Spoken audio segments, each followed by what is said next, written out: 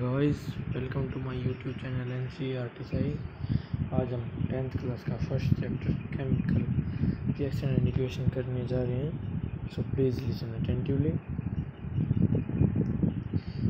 इस चैप्टर की सबसे फर्स्ट इक्वेशन, केमिकल रिएक्शन कैसे होती है, ये होती है chemical reactions are those process in which new substance with new properties are form. Chemical reactions वे प्रतिक्रिया होती हैं जिसके अंदर एक नया पदार्थ नए गुणों के साथ बनता है। अब हम इन ब्लैक लाइंस पे ध्यान देंगे क्योंकि ये मेन पॉइंट्स हैं। ये नोट्स मैंने एस्तान की बुक से उठाए हैं। So please listen attentively. During a chemical reaction, atoms of one element do not change into those of another element. Only rearranged of atoms take place in a chemical reaction. अब हम यह बताएंगे कि chemical कोई भी अगर chemical reaction होती है उसके अंदर जैसे कोई एटम है, हाइड्रोजन के अंदर एक होता है, तो हाइड्रोजन का जो लास्ट शेल है, हाइड्रोजन में एक ही शेल होता है एक, तो उसमें जो उसका जो वैलेंस इलेक्ट्रॉन होते हैं ना वो हमेशा केमिकल रिएक्शन में भाग लेते हैं, ना कि बैलेंस्ड सेल के जो एटम्स। अब केमिकल रिएक्शन के लिए दो चीज़ इंपॉर्टेंट होती है, रिएक्टेंट एंड जो बनता है वो प्रोडक्ट।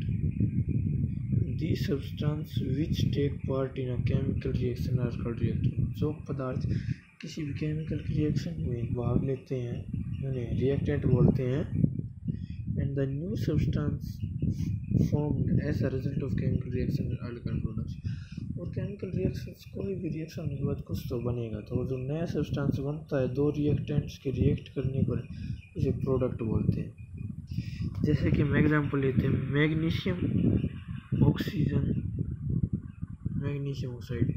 मैग्नीशियम कोई भी रिबन लो, मैग्नीशियम ऑक्सीजन के साथ जल्दी रिएक्ट करता है, तो मैग्नीशियम का रिबन ले लिया हमने, उसको ऑक्सीजन के साथ रिएक्ट करवाने के लिए हमने हीट दी, एंडोथर्मिक रिएक्शन करवाई हमने, हीट दी इसके अंदर, एंडोथर्मिक रिएक्शन जिसके अंदर हीट हमारी तरफ से दी जाती है और फिर बन की मैग्नीशियम ऑक्साइड वाइट पाउडर।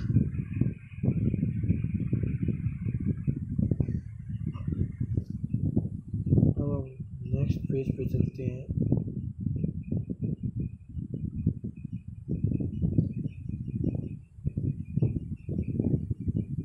अब हमें इस पेज पे बताया गया है कि मैग्नीशियम की बर्निंग किस प्रकार होती है।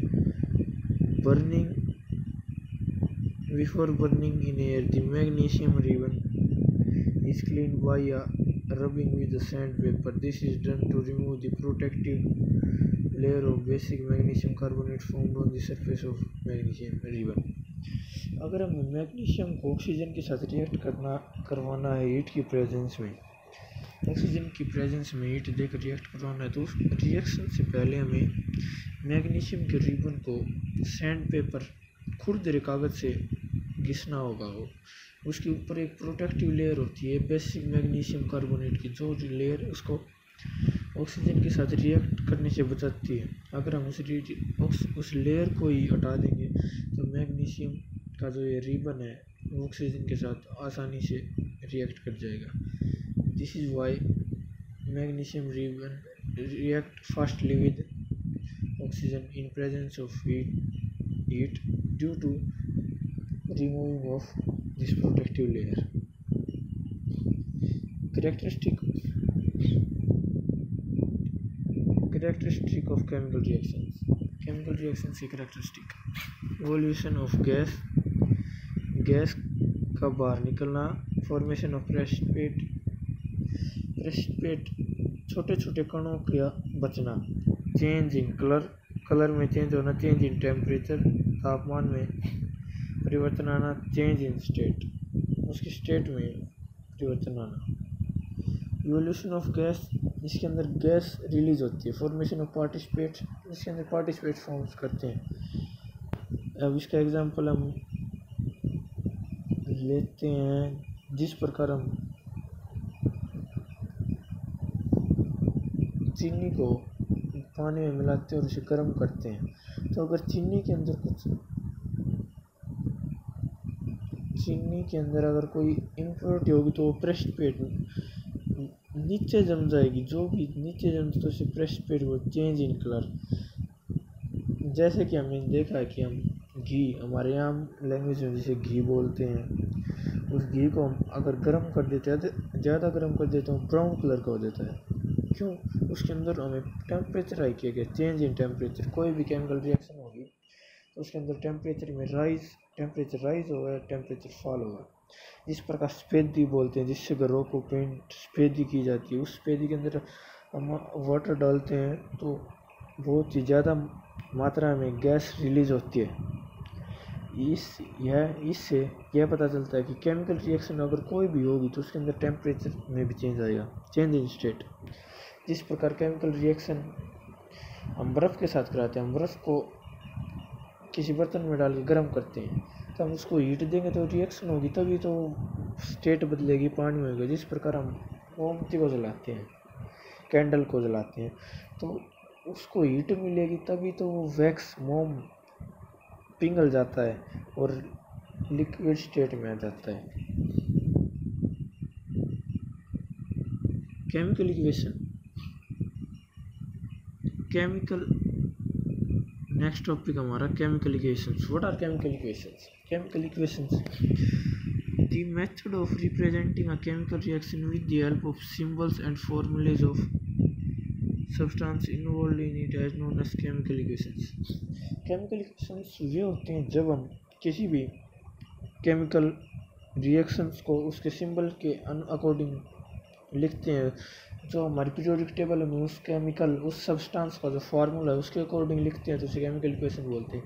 केमिकल इक्वेशंस के कुछ कैरेक्टरिस्टिक्स ये होते हैं कि अगर हम जैसे ये लिखेंगे जिंक प्लस सल्फ्यूरिक ऑक्साइड, ये लिख रहेगा जिंक प्लस, ये तो ऐसे तो बहुत बड़ा हो जाएगा। तो हमारी पीरियोडिक टेबल में होता है जिंक का Zn, और सल्फ्यूरिक एसिड का फॉर्मूला होता है H2SO4। तो जिंक प्लस सल्फ्यूरिक हम ऐसे भी लिख सकते हैं Zn प्लस H2SO4, तो ZnSO4 प्लस H2। यहाँ पर डिस्प्लेसमेंट रिएक्शन टेक प्लेस हुई है। देखो यहाँ पर जिंक वाटर से ज़्यादा हाई रिएक्टिव था, तो जिंक ने यहाँ पर वाटर को डिस्प्लेस कर दिया और ZnSO4 बना लिया, जिंक सल्फेट बना लिया और हाइड्रोजन को रिमूव कर दिया। इस प्रकार किसी भी केमिकल रिएक्शन को फॉर्मूलेज और सिंबल्स के अकॉर्डिंग लिखा जाता है तो उसे केमिकल इक्वेशंस बोलते हैं। चलो अब हमारी नेक्स्ट टॉपिक पर आते हैं, बैलेंस्ड और अनबैलेंस्ड केमिकल रिएक्शन। अब हम देखते हैं बैलेंस्ड केमिकल रिएक्शंस की definition. A balanced chemical equation has an equal number of atoms of different elements in the reactant and product।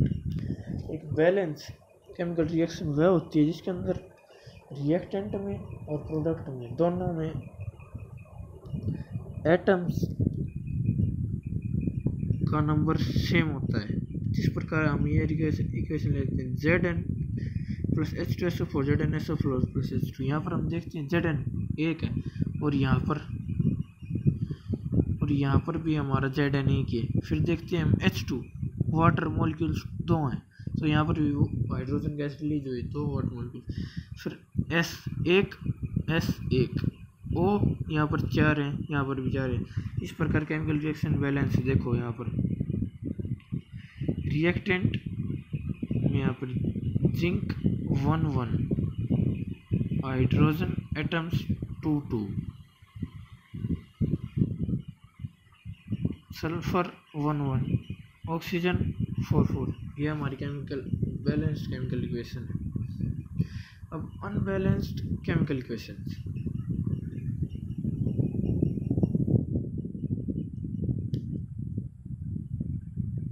an unbalanced chemical equation has an unequal number of atoms of one or more elements and reactant and product।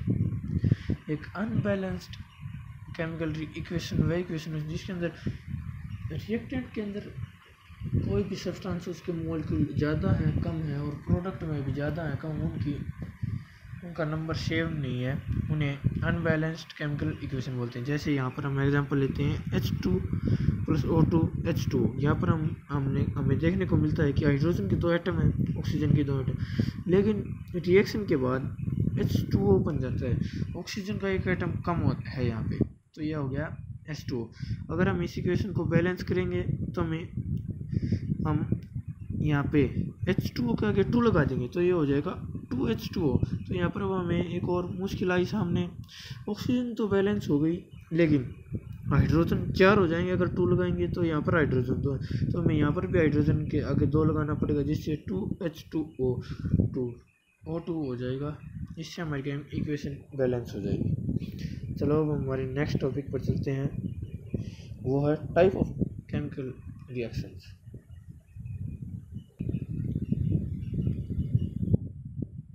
Type of chemical reactions. Chemical reactions के कुछ type होते हैं, जैसे कि combination reaction.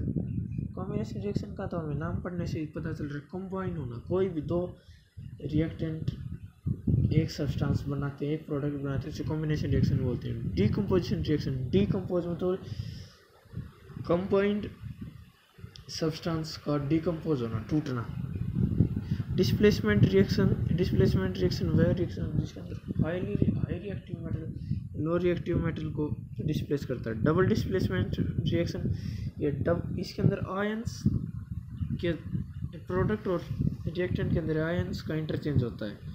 और oxidation and reduction reaction, oxidation reaction जिसके अंदर addition of oxygen and removing of hydrogen is called oxidation, and reduction adding of hydrogen and removing of oxygen is called reduction reaction. चलो हम पढ़ते हैं what is combination reaction.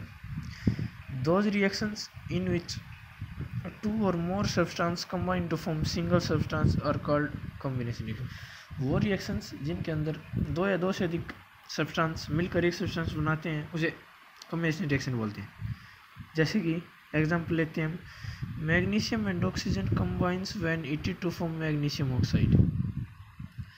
Magnesium और oxygen को जब combine किया जाता है, हीट देकर एक साथ जोड़ा जाता है, तो मैग्नीशियम ऑक्साइड बनाते हैं। जैसे 2Mg + O2 2MgO। यहाँ पर मैग्नीशियम और ऑक्सीजन ने हीट की प्रेजेंस में रिएक्ट करके मैग्नीशियम ऑक्साइड बनाया है।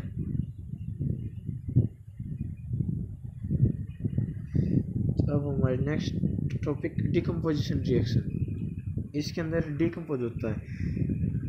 The reactions in which a compound split up into 2 or more simpler substance are known as decomposition reaction। वह रिएक्शन वह भी क्रिया जिसके अंदर एक कंपाउंड एक प्रोडक्ट टूटकर एक से ज़्यादा सब्सटेंस सामान्य सब्सटेंस में टूटता है, डिकम्पोजिशन रिएक्शन बोलते हैं। इसके अंदर एग्जांपल लेते हैं CaCO2 कैल्शियम कार्बोनेट, जिसे हम लाइमस्टोन भी बोलते हैं, चूना, हमारी लैंग्वेज चूना। जब हम चूने को हीट करते हैं तो डिकम्पोजिशन रिएक्शन बोलते हैं, जिसके अंदर कैल्शियम ऑक्साइड बनता है लाइम, और कार्बन डाइऑक्साइड गैस रिलीज होती है, ये डिकम्पोजिशन रिएक्शन बोलते हैं। Let us move on our next topic. Next topic पे चलने से पहले एक और इम्पोर्टेंट नोट है, थर्मल डिकम्पोजिशन। थर्मल, जहाँ पर भी थर्मल वर्ड का यूज हो जाए आप समझ लेना heat is involve in it. Thermal stands for heat. When decomposition reaction is carried out by heating is called as thermal decomposition.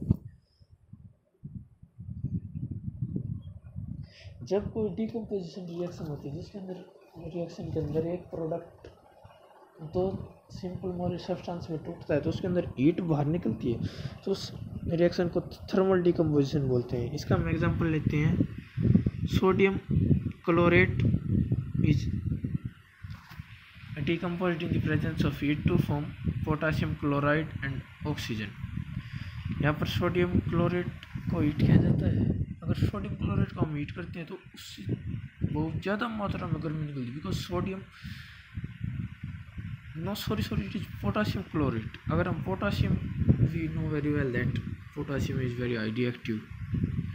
अगर पोटासियम को हम हीट करेंगे तो उससे बहुत ज़्यादा मात्रा में हीट बाहर निकलेगी। हम कम हीट देंगे लेकिन उससे हीट और ज़्यादा मात्रा में निकलेगी। इसके कारण ये thermal decomposition.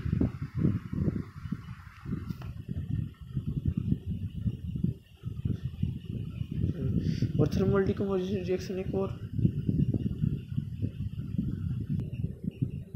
Thermal decomposition reaction में होती है जिस डिकम्पोजिशन रिएक्शन को हीट की प्रेजेंस में हीट देकर जिस रिएक्शन को हम जिस चीज़ को डिकम्पोज करवाते हैं तो उसे थर्मल डिकम्पोजिशन रिएक्शन बोलते हैं। चलो हमारे नेक्स्ट टॉपिक पे आते हैं, displacement reaction. Displacement reaction, those reaction in which one atom take the place of another atom in compound as called remove. वो रिएक्शन जिसके अंदर एक एलिमेंट दूसरे एलिमेंट की जगह ले लेता है तो उसे डिस्प्लेसमेंट रिएक्शन बोलते हैं। अब ये क्यों होता है, चलो अब इसके बारे में देखेंगे।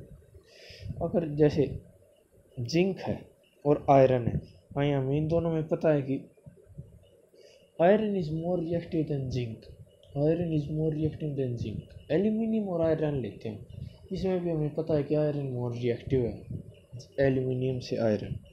तो यहाँ पर आयरन एल्यूमिनियम को डिस्प्लेस कर देगा और उसकी जगह खुद ले लेगा।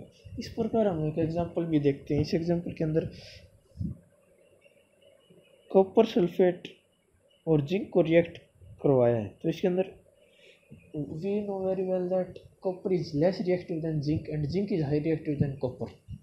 सो जिंक कॉपर को डिस्प्लेस कर देता है, यहाँ पर हम जैसा देख भी सकते हैं, और वो उसकी जगह ले लेता है। इससे यह पता चलता है कि high reactive metal low reactive metal को डिस्प्लेस कर दे। एक सामान्य बात है यार, जैसे कि एक कोई पावरफुल बॉडी बिल्डर है तो वो एक आम दुबले पतले व्यक्ति को आसानी से हटा सकता है। इस प्रकार ही यहाँ पर जिंक एक बॉडी बिल्डर है और कॉपर एक दुबला पतला है, तो उसे आसानी से हटा सकता है। अब रिएक्शन आती है double decomposition reaction. Guys this is very important.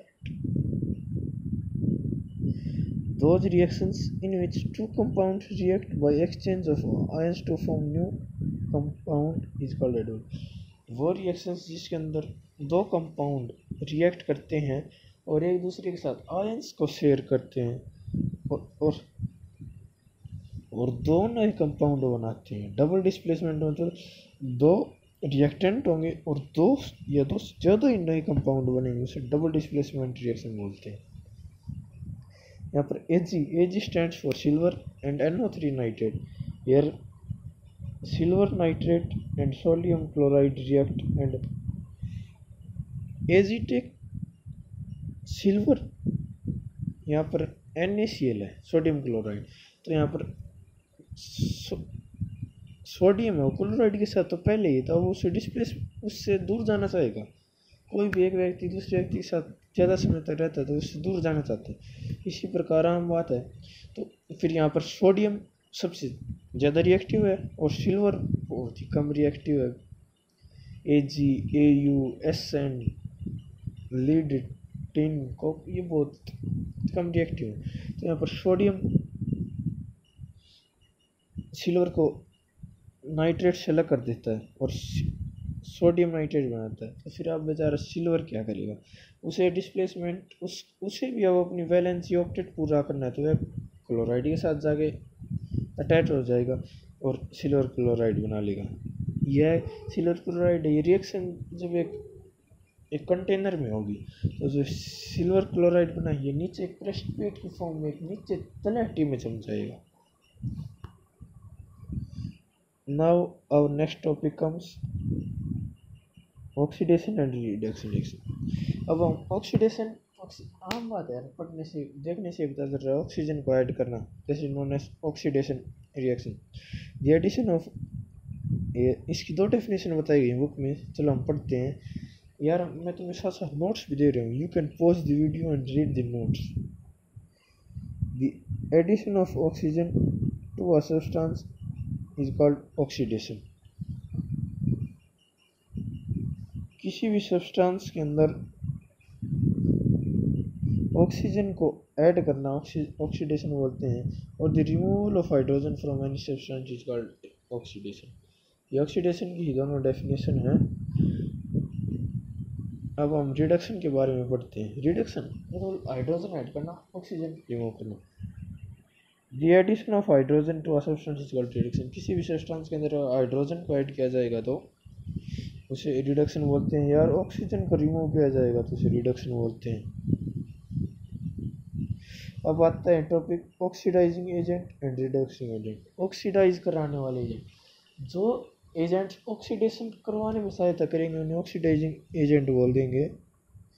This substance which give oxygen for oxidation is called oxidising agent. जो सब्सटेंस ऑक्सीडेशन रिएक्शन के लिए ऑक्सीजन देंगे तो उन्हें ऑक्सीडाइजिंग एजेंट बोलेंगे। और the substance which remove hydrogen is called as oxidising agent. या फिर जो सब्सटेंस ऑक्सीजन ऐड करके हाइड्रोजन को रिमूव करेंगे तो उन्हें भी ऑक्सीडाइजिंग एजेंट बोलेंगे। Now let's come to our next topic. नहीं, नेक्स्ट टॉपिक जाने से पहले हमारी एक छोटी सी बात रहेगी। The oxidation and reduction reaction और रिडॉक्स रिएक्शन। जब ऑक्सीडेशन और रिडक्शन एक रिएक्शन में दोनों की होते हैं तो उसे रिडॉक्स रिएक्शन बोलते हैं। रिडॉक्स के अंदर रिडक्शन का आर ई लिया गया और ऑक्सीडेशन का आर ई डी और ऑक्सीडेशन का ओ एक्स, तो इसे रिडक्शन रिएक्शंस बोलते हैं। रिडक्स बताया भी गया है in the name redox, RED stands for reduction and OX stands for oxidation. Now let's move to our next topic, effect of oxidation and reduction in our everyday life. Effect of oxidation reaction in our everyday life. Oxidation reaction का हमारी दिनचर्या में किस प्रकार effect होता है, जैसे कि कोरोजन ऑफ मेटल,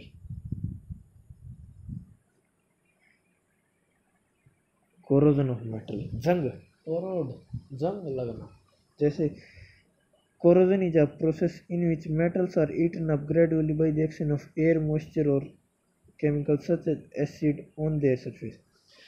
कोरोजन एक ऐसी प्रक्रिया है जिसके अंदर मेटल को आराम से खा लिया जाता है, खोखला कर दिया जाता है हवा, नमी और कोई भी एसिड के द्वारा। Corrosion is caused mainly by oxidation of metal by the oxygen of air. Corrosion reaction mainly होता है ऑक्सीडेशन के कारण। ऑक्सीडेशन एयर के अंदर ऑक्सीजन तो होती है और वो एयर के अंदर मॉइस्चर भी होता है, तो वो जैसे हम आयरन का ही कोरोजन होता है, जंग लगता है आयरन को, तो फिर वो आयरन को कोरोड कर देती है। इसकी रिएक्शन भी दी गई है, रस्टिंग ऑफ आयरन की reaction 4Fe+3O2 2xH2O Fe2O3.xH2O hydrate iron. जब लोहे को जंग लग जाता है तो उस लोहे को जंग लगे हुए लोहे को हाइड्रेटेड आयरन बोलते हैं। Now let's move to our next topic of effect of oxidation in our everyday life, rancidity. Rancidity हम सबके घर पर होता है। रेंसिडिटी फूड का खराब होना। Oxidation also has damaging effect of food containing food oil. Oxidation reaction का कोई भी ऑक्सीडेशन का बैड इफेक्ट होते हैं, डैमेजिंग इफेक्ट होती हैं उस खाने के अंदर जिसके अंदर फैट्स एंड ऑयल्स के पार्टिकल्स होते हैं। चलो हम नीचे डायरेक्ट हम मेन टॉपिक्स पर आते हैं। यहाँ टाइम बहुत कम हमारे पास। The condition produced by aerial oxidation of fat and oils in food marked up presently smell and taste is called rancidity. जब खाने के अंदर ज़्यादा ऑक्सीजन हो जाती है, fats and oils in food marked up unpleasant smell, तो अगर ऑक्सीजन के साथ जो खाने के अंदर फैट्स और तेल होता है वो रिएक्ट कर जाता है तो एक अनप्लीजेंट, एक अସୁहावनी ही गंध पैदा करता है और टेस्ट भी बदल देता है, उसे रैंसिडिटी बोलते हैं। अब रैंसिडिटी फूड खराब होने से उसे कैसे बचाया जाता है? The development of rancidity can be rancidity can be prevented by adding oxidising agent to food containing food fats and oil. Rancidity बचाने के लिए हमें खाने की चीज़ों के अंदर तेल या कुछ फैट्स डाल देने चाहिए।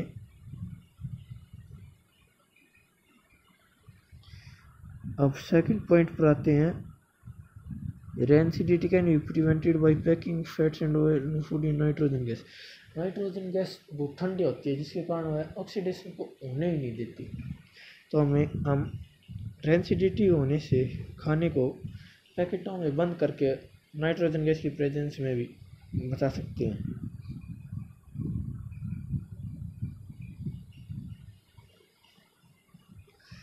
Rancidity can B retarded by keeping food in refrigerator. Rancidity खाने का ख़राब होने को हम बचा सकते हैं खाने को फ्रीज में रख कर भी। Rancidity can be started by storing food in air tight containers. Rancidity of food खाने को हम ख़राब होने से बचा सकते हैं उसको एयर टाइट कंटेनर्स में रख के, जहाँ पर एयर का एक्सचेंज न हो वहाँ पर रख कर। फिफ्थ पॉइंट आता है rancidity can B retarded bye storing food away from light. Direct sunlight से दूर रखकर भी हम फूड को खराब होने से बचा सकते हैं। That's all guys, this is our first chapter of 10th class chemistry. अगर वीडियो पसंद आए तो लाइक करें, शेयर करें, हमारे चैनल NCERT साइंस को सब्सक्राइब करें। अब हम ऐसे ही 2-3 दिन के बाद नेक्स्ट चैप्टर डालेंगे। होप आपको वीडियो अच्छी लगेगी, आप सब्सक्राइब करेंगे। That's all.